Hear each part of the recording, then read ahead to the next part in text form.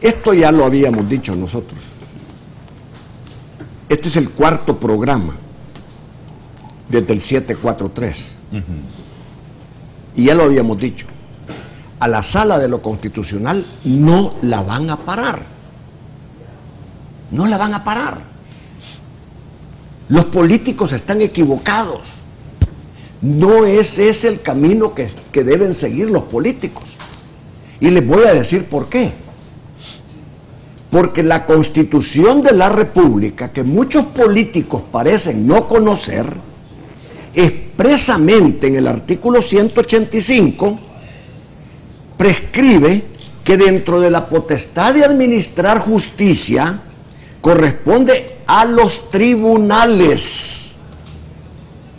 No dice a la sala de lo constitucional, porque cuando él manda una carta a la Corte Suprema de Justicia, a la sala de lo constitucional, y en la carta les dice que no va a publicar la sentencia que la Corte le ha mandado porque no lleva los 5 votos, cuando la sentencia que la Corte ha mandado es declarando inaplicable esos 5 votos, él se pone por lo menos en el delito de incumplimiento de deberes con 4 a 6 años de cárcel, él se pone en el delito de desobediencia y él se pone en el delito de desacato.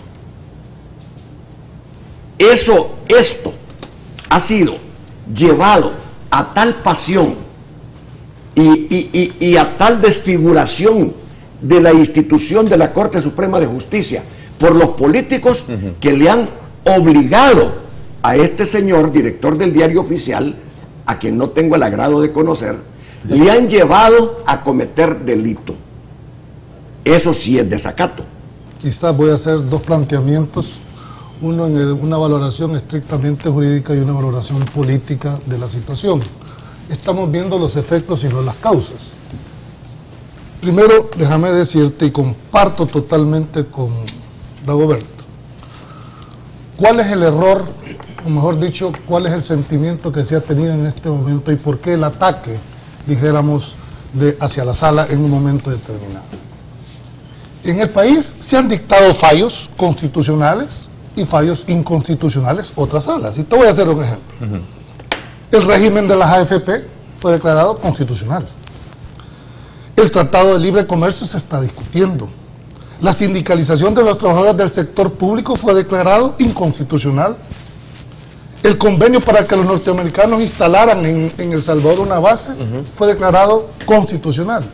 Quiere decir que otras salas han emitido resoluciones donde han externado o la constitucionalidad o la inconstitucionalidad. ¿A qué nos lleva esto? Para mí hay 2 pasos muy peligrosos que se están tomando.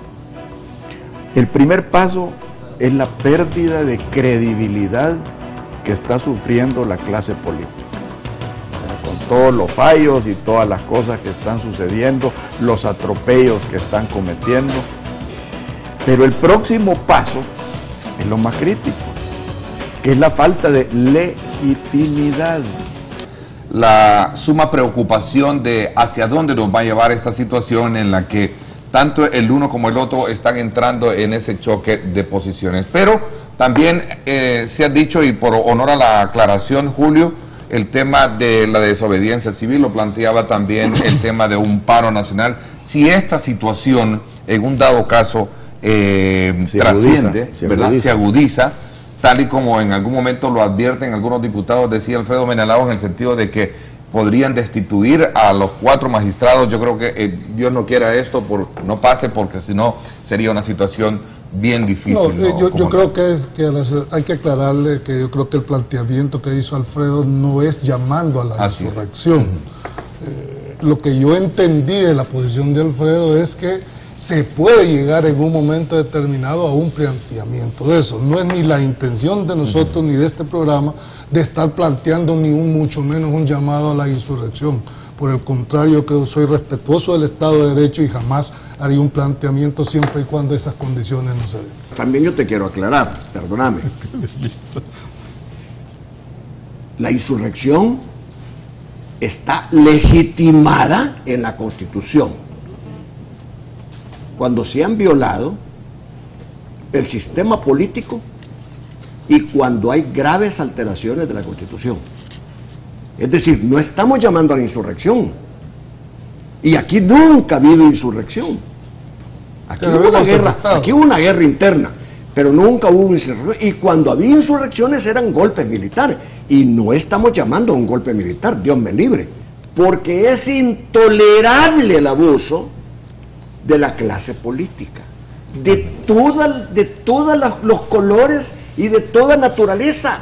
¿Por qué? Porque el FMLN, fíjate, que no votó por el decreto 743, es el que está ahora asumiendo un papel peor que los que votaron por el 743. Y que se retractaron. Imagínate, el FMLN, ¿por qué? ¿Saben por qué? Porque al FMLN le perjudica la reforma al sistema político.